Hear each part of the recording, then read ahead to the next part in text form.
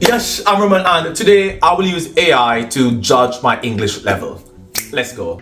Let's talk about a topic you enjoy. Maybe travel. Where's a place you'd love to visit and why? Well, I don't have one specific place that I like to visit because if I have the chance to explore different cultures, different cuisines, to see different people and interact with different people, that to me is simply fantastic.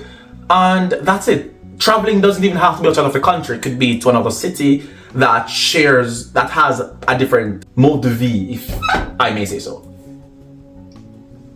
That's a wonderful perspective on travel, Roman. It sounds like you truly enjoy immersing yourself in new experiences and cultures.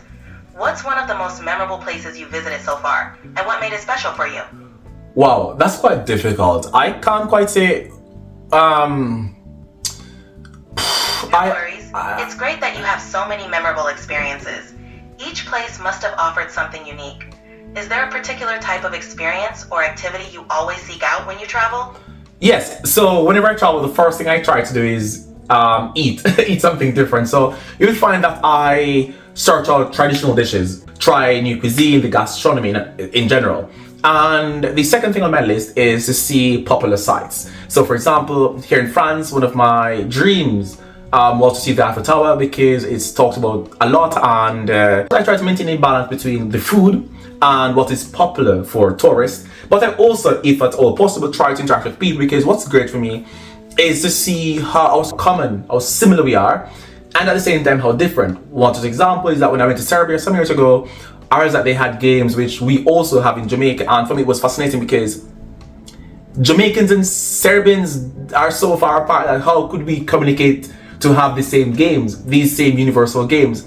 Oh, that's culture, food, people. I enjoy. Yes. Anyways, based on the common European standard framework thing, I don't remember what it's called, where you have A1, A2, B1, B2, C1, C2. Where do you think my English level is? Based on our conversation, I'd say your English level is quite advanced, likely around C1.